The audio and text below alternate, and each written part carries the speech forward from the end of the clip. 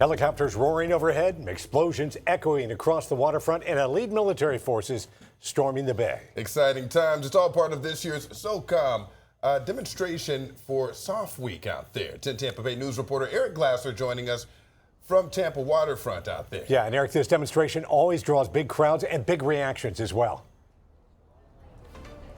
Yeah, you're absolutely right, Dave. And the whole reason, of course, that they have this here at the Tampa Convention Center each year is because of its proximity to SOCOM and CENTCOM over at MacDill Air Force Base.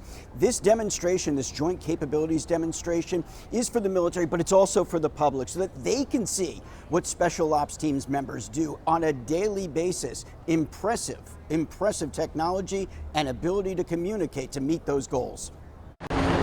It only took a few seconds to realize this was no ordinary afternoon along Tampa's waterfront. Those SOC cars are carrying Marine Special Operators known as Raiders. For nearly an hour, downtown Tampa was transformed into a simulated combat zone as special operations forces from the U.S. and nearly a dozen partner nations staged this year's joint capability demonstration. This was 10 countries speaking 7 different languages, and they put this together, I would say, since the weekend or even sooner. This year's scenario featured the mock kidnapping of Tampa Mayor Jane Castor, followed by a dramatic rescue operation involving helicopters, military boats, drones, scuba teams, and armed tactical units.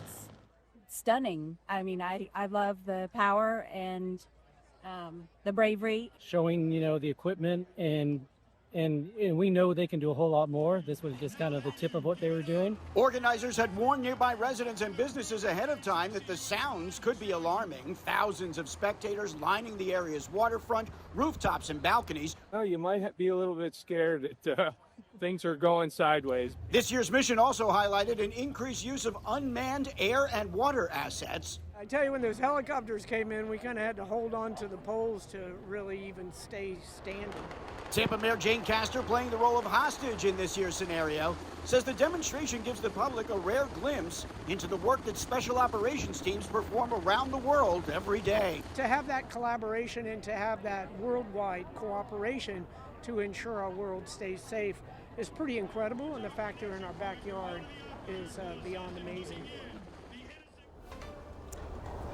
By the way, one of the things that took place today wasn't scripted at all, but perhaps the most impressive. There was a medical helicopter that needed to land at TGH just across the water, right in the middle of the exercise. Everything came to a stop, the helicopters hovering in place. They allowed that helicopter to land and go about its business, and then went on with the rest of the program without missing a hitch. Reporting live in Tampa, Eric Glasser, 10 Tampa Bay News. All right.